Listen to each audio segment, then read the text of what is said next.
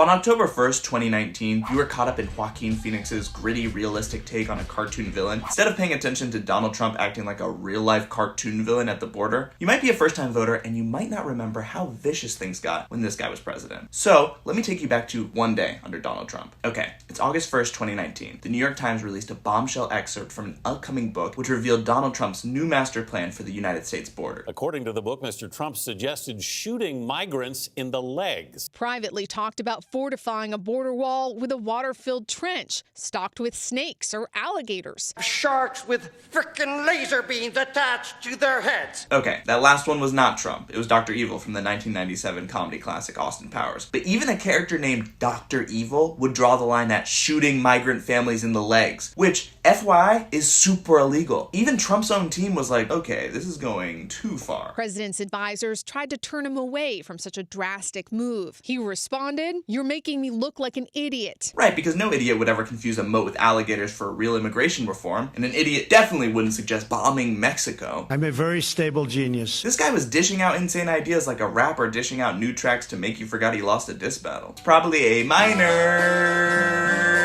It was so bad, a former staffer said. So about 7 steps out of the Oval Office, you would say, what the just happened? In that little room, you would have conversations with people who would come out of the meeting and say, well, the president just told me to do X, Y, or Z. Look, we've all had a boss who suggests something delusional, like a mandatory team-building escape room, or expecting you to return to the office. But in this case, your boss has the nuclear codes. Now, if you're thinking, hey, if Trump wins again, people will stop him from doing anything too terrible, I've got bad news. First, people clearly didn't stop him every time during the first term, or we wouldn't have any material for this series. And second, Trump is dead set on staffing his next administration with loyalists who think laws are just suggestions. Plans like Project 2025 and Trump's Agenda 47 outline how Trump would purge anyone who stands in his way. That means an entire government full of MAGA minions eager to execute every insane order without a second thought. And that was one day under Trump. So make a plan to vote before November 5th so we can avoid this presidency's terrible sequel.